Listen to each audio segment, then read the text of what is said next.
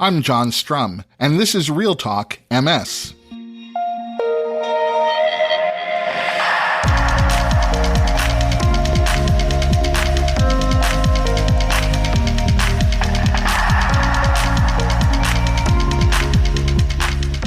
It's March 23rd, and we have a lot to talk about.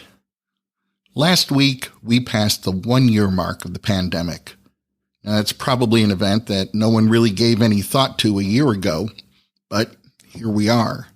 Covid-19 has inflicted an unspeakable toll on the world, killing over 500,000 mothers, fathers, sisters, brothers, cousins, and grandparents just here in the United States. But we've also passed another milestone. We now have more than 100 million Americans already vaccinated. And continuing to put shots in arms is what's going to get us back to something close to the lives many of us probably took for granted until a year ago. One word that we've all heard a lot more frequently over the past year is resilience. We've learned that living through a lockdown can be challenging, and it's resilience that helps us get through life's challenges and recover from setbacks. And while resilience may have become a new topic of conversation for the world at large, when you're living with the uncertainty of MS, you come to realize that resilience is one of the most important tools in your personal toolbox. Joining me today to talk about building your resilience is Dr. Meghan Beier. Dr. Beier is a rehabilitation neuropsychologist and an assistant professor of physical medicine at the Johns Hopkins University School of Medicine, where she specializes in cognitive rehabilitation and neuropsychological assessment and intervention. But before we get to my conversation with Dr. Meghan Beier, there are a few other things that you should know about. When the COVID-19 vaccines from Moderna and Pfizer received their FDA approval, the National MS Society convened a group of experts to provide guidance for people living with MS when it came to making decisions about the safety, efficacy, and the timing of COVID-19 vaccines as they relate to MS disease-modifying therapies. The MS Society's COVID-19 Vaccine Advisory Group has continued to review advances in COVID-19 and MS research and adjust their guidance as new information surfaces and new vaccines are authorized for use. This past week, I had an opportunity to speak with Dr. Nancy Sykott. As the chair of the MS Society's National Medical Advisory Committee, Dr. Sykott also leads the work of the Society's Vaccine Advisory Group. Since the Johnson & Johnson COVID-19 vaccine recently received FDA approval, I asked Dr. Sykott whether the Vaccine Advisory Group had reviewed the data from the J&J vaccine clinical trial and updated its guidance for people living with MS. Dr. Sykott told me that the Vaccine Advisory Group has updated its guidance, now advising that all 3 FDA-approved vaccines, that's the Moderna vaccine, the Pfizer vaccine, and the Johnson & Johnson vaccine, are considered safe for people living with MS. The updated guidance goes on to point out that there is no preferred vaccine for people living with MS, and that people living with MS, whether they're on a disease-modifying therapy or not, should take the vaccine that's in front of them when one is offered.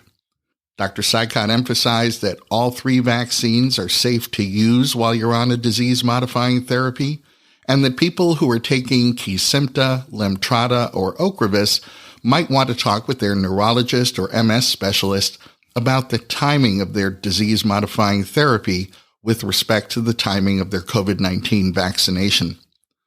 To review the advisory group's guidance in detail and to learn more about COVID-19 and MS, you can visit the MS Society's website at nationalmssociety.org/COVID-19, and you'll find that link in today's show notes. While we're on the subject of COVID-19 and its impact on people living with MS, the MS Society has dedicated a page on their website to the various studies looking at how the pandemic has impacted people with MS. It's never been easier to participate in research studies because, in most cases, you can participate from the comfort and safety of your home. Researchers are recruiting people living with MS who have been diagnosed with COVID-19 and those who haven't been diagnosed with COVID-19. So I hope you'll choose to be part of this tremendous scientific effort to more fully understand the different aspects of the pandemic and their effect on people with MS. You'll find a link to this page of the Society's website in today's show notes, and I hope you'll take a minute to check it out and sign up to participate. Last week, the FDA gave its approval to Panesmod, an oral disease-modifying therapy for treating relapsing-remitting MS and active secondary progressive MS. Panesmod is being marketed as Ponvory, a 20-milligram tablet that's taken once a day. Now, in a head-to-head clinical trial, Ponvory was compared to Aubagio, and this was the first time that two oral disease-modifying therapies were actually compared head-to-head. And the clinical trial results showed that treatment with Ponvory led to nearly a third fewer annual MS relapses. Ponvory is currently under review by the European Medicines Agency, and if you'd like to find out more about this new disease-modifying therapy, please visit ponvory.com and you'll find that link in today's show notes. People living with MS are often told that they need to take charge of their health. But that can be challenging. After all, living with the uncertainties of MS can sometimes feel overwhelming. And the complexities associated with MS get magnified and multiplied in underserved communities. But having support can make a difference. Taking charge of your health becomes a lot easier when you have someone in your corner backing you up. And that's one of the big reasons why the newly announced partnership between the National MS Society and PAC Health is exciting.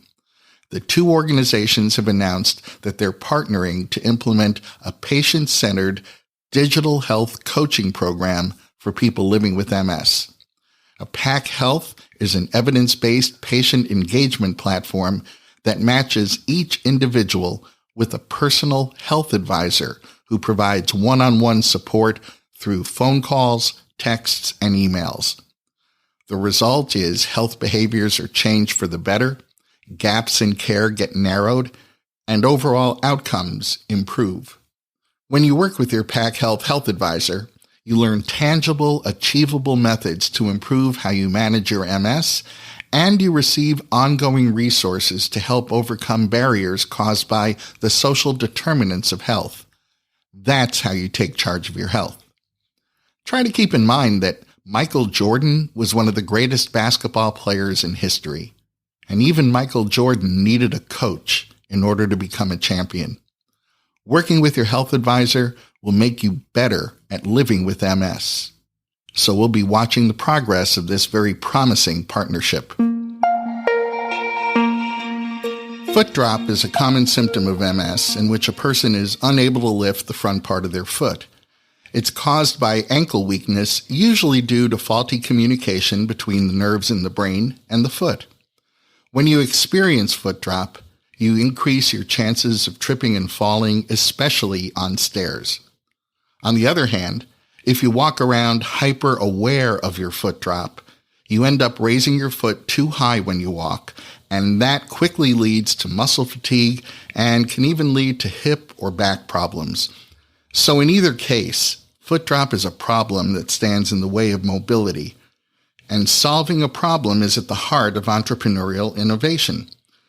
Pierluigi Mantovani's father lives with MS, and Pierluigi wanted to use his understanding of neurorehabilitative technology to develop a tool that could possibly help his father and people like his father, people who are living with foot drop due to neurological impairment.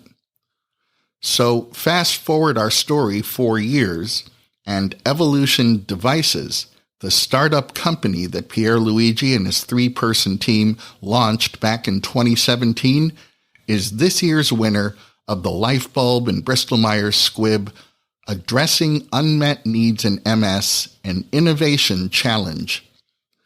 Lifebulb is a patient empowerment platform, and they've partnered with biopharmaceutical company Bristol-Myers Squibb to support user-driven innovation. 10 finalists were selected to pitch their solutions to an independent panel of judges that included MS experts, healthcare experts, and business leaders. Evolution Devices was awarded the $25,000 first prize, which they're planning on using to further develop their functional electrical stimulation device that couples artificial intelligence and proprietary software to rehabilitate foot drop in MS. If you'd like to learn more about Evolution Devices and their EvoWalk smart stimulation technology, you'll find a link to the company's website in today's show notes. Taking a step, wondering whether your body is going to support you or trip you up, seems like a perfect metaphor for living with the uncertainty of MS. And over the past year, people living with MS have also had the additional anxiety produced by a global pandemic that's changed all of our lives. The trait that allows us to move through and past the very real challenges that life sometimes puts in our path is resilience.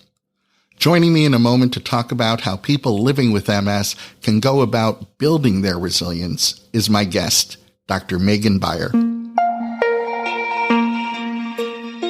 Because of its unpredictability, an MS journey rarely resembles a straight path, and resilience is the thing that can carry you through the unexpected twists and turns that MS might bring. My guest today is a friend of the podcast, Dr. Meghan Beier, and we're talking about resilience. Dr. Beier is a rehabilitation neuropsychologist and an assistant professor of physical medicine at the Johns Hopkins University School of Medicine, where she specializes in cognitive rehabilitation and neuropsychological assessment and intervention. Welcome back to the podcast, Dr. Beier. Thanks so much for having me. As the world continues to find its way through a global pandemic, a situation that's affected everyone in ways that most people have never experienced before, resilience has become a popular word. And it's a word that people who are living with MS may already have an innate understanding of. Yeah. I've heard resilience defined as how we bounce back from negative events. Is that a fair definition? I think that is a fair definition. I might also add to it how we cope with events or situations that are persistent. And I think that's the area that people with MS really know how to manage, because MS is not a once and done thing. You don't get diagnosed and cured from it. You don't just bounce back. It's really managing those symptoms long term and recognizing when those symptoms change. How do I adapt to life again and again and again? I'm really glad you brought that up, because a lot of what's been written about resilience is often about bouncing back from acute trauma, recovering from a specific event, for instance, maybe the loss of a loved one. But as you just pointed out, MS isn't like that. Because it's unpredictable and progressive, MS kind of presents you with chronic trauma. It's more like a series of ongoing events. So I'm wondering, is bouncing back from the kind of chronic trauma associated with MS, is that different than bouncing back from a one-off traumatic event? I think it is, because I think that people with MS, well, it depends on the type of MS that you have, right? So if you were to have an exacerbation and then your symptoms improve back to close to or near close to baseline, you might have an episode of needing to bounce back from that acute trauma or that acute event. But I think that we all know that MS also has ongoing progression and ongoing symptoms that you have to manage every day. So I would say that I think it's also about how do I manage the grief that comes along with any losses associated with MS, and then how do I manage the day-to-day difficulties that weren't there before I was diagnosed with MS. So it's a little bit of bouncing back from those acute events, but then managing the chronic condition that comes along with having persistent symptoms. Martin Seligman wrote that there are 3 obstacles to bouncing back. He identified personalization, pervasiveness, and permanence. Can you talk a little bit about what these obstacles are, how they get in the way of bouncing back from a negative situation, and I guess most importantly, how can someone overcome these obstacles? Okay, yeah. So I think there's a few factors here. So personalization is taking the disease, maybe even onto yourself, maybe viewing it as something that is only impacting you or impacting you in a different way than many other people, as well as maybe even blaming yourself for progression or symptoms. So sometimes I hear people talk about that if they had eaten better, if they had taken a disease modifying medication, a different disease modifying medication, or they hadn't changed a medication, then that might have changed their disease process. And so they start to blame themselves. So that I would view that as sort of personalization. In terms of pervasiveness, it's how much does this impact my life? And there's another psychologist that I work with. Her name is Roz Kolb. I'm sure that she's been on the podcast. She's wonderful. One of the things that she talks about is MS being a puzzle piece that we fit into our lives and not being your whole life. And so I think when MS becomes somebody's whole life and not just a puzzle piece, that tends to have you have difficulty bouncing back because you're not seeing the other factors that are really positive or going well in your life, as well as permanent. So if symptoms are persistent, how do I adapt to this new life, this life that's different than the way I did things? And I think that can be really difficult, that adjustment of how am I now if I have to start using a cane or I need to start using a chair? How does my life look different? And how permanent are these symptoms? That can have a big impact on bouncing back.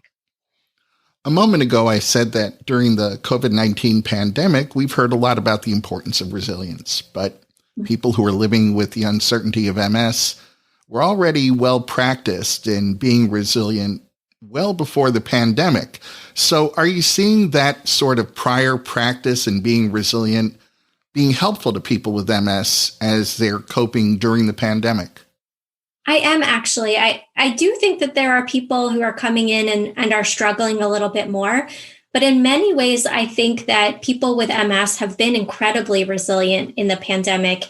And, many of the things that have thrown other people that don't have MS through a loop have been things that are accepted or well managed at this point. So a few examples of things like that would be maybe not getting to see family members and friends as often as they used to, or seeing them in a different context, like using video, like Zoom, to do those kinds of visits.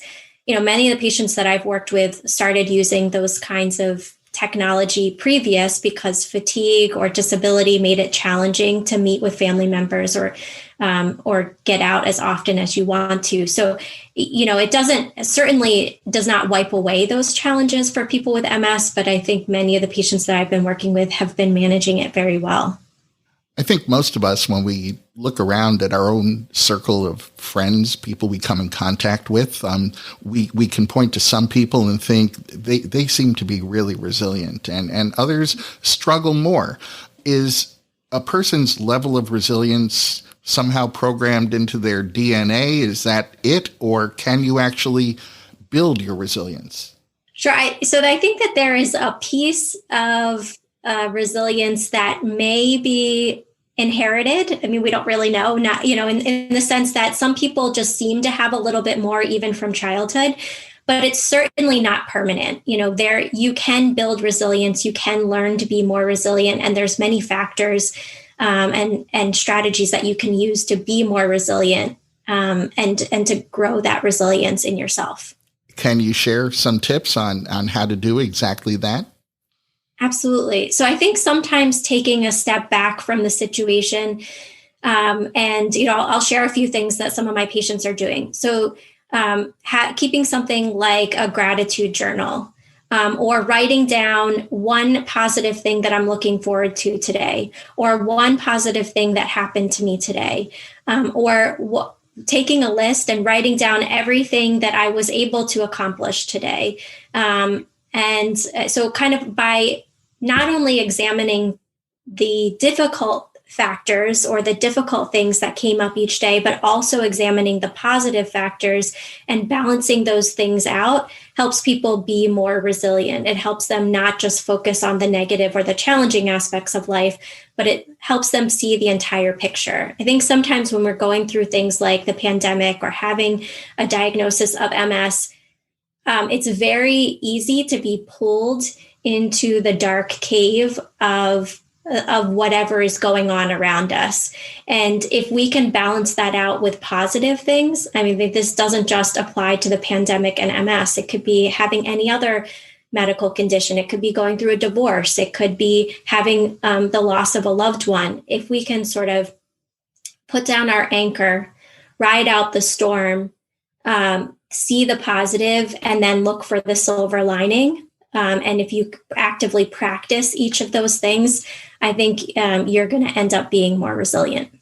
There are things that unfortunately invade too much of our lives each and every day that make it a challenge to sometimes get past them. And I'm wondering if you would recommend doing something like watching the number of hours you might spend watching cable TV news or social media.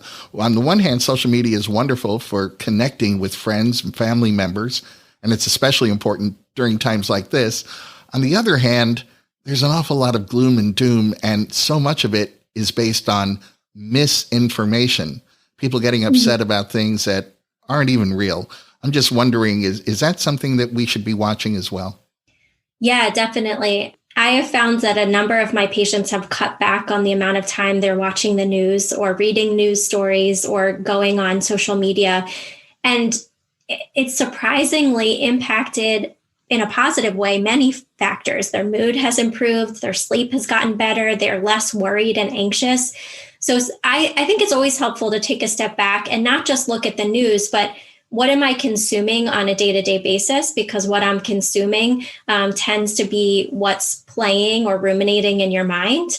And so if you're starting to get into a funk, maybe take a step back and look at, what are the books I'm reading? Who are the people I'm talking to? Am I watching too much of the news? Really think about how those things are impacting you. And I'm not telling people to stop doing those things completely, but maybe think about when to do them. So if you're having trouble sleeping at night because you're watching these news stories and they're really stressing you out, maybe you watch the news in the morning for an hour and then cut it off after that, or record your favorite show and watch it and then watch something positive afterwards. But I do think that it's worth paying attention to what you're consuming. And I would say one other thing just to add on to that. I don't think that we should all be Susie Sunshine and pretend that things are okay all the time, right? I do think that it's okay to acknowledge difficult life events, as well as acknowledging the real realities of having something like MS or being a family member of somebody who has MS. And spending, maybe setting aside a little bit of time to just let yourself feel uncomfortable, to feel sad, to feel angry, or if those thoughts pop up, allow them to be there for 2 to 5 minutes, and then redirect your attention to something that's more positive, because we don't want to push them away and pretend they don't exist, but we also don't want them to consume us and take over. So if you can find a place for them that gives you an outlet, but it also makes sure that they don't take over. I think you make a really important point that sometimes gets overlooked when we're talking about resilience. We're not necessarily saying we're going to simply allow ourselves to be distracted from things that are real that we're facing in life. And building resilience does not mean building denial. Right. And I do think it's important to acknowledge that all of your emotions are important, not just feeling happy. So one of the first questions I usually ask when I'm working with people is, what is your goal in working with me? And if somebody were to say, I want to feel happy all the time, we would have a real conversation about that, because it's good to feel happy, but we also need to learn how to sit with uncomfortable emotions or to manage uncomfortable emotions, because all of us are going to feel uncomfortable emotions, and it's and it's real. And we just don't want those uncomfortable emotions to drag us down. We want to be able to have them there and to serve us. Well, Dr. Meghan Beier, thank you for all that you do to improve the quality of life for people affected by MS. And thanks for talking with me today. Of course. Thanks so much for having me. And just a reminder that on March 25th, Can Do MS is hosting a Jumpstart program on bouncing back and moving forward. And on March 30th, they're offering an online coaching session on building resilience. If you're interested in learning more and registering for these programs, you'll find a link in today's show notes. That's going to wrap up this episode of Real Talk MS. Real Talk MS is powered by the National MS Society, and you can share this episode of the podcast by letting your friends or family members know that all they have to do is point their web browser at realtalkms.com/186. You'll find that link in today's show notes, so you can easily copy and paste it right into an email or text. And just a quick reminder that if you haven't yet taken our online listener survey, you still have time. Completing the survey will take you less than 7 minutes, but it will allow me to learn a little more about the Real Talk MS listener community, and you'll be entered into a drawing for a $100 Amazon gift card. You'll find the survey at realtalkms.com/survey. I'm John Strum. Thanks for listening. Stay safe and make healthy choices.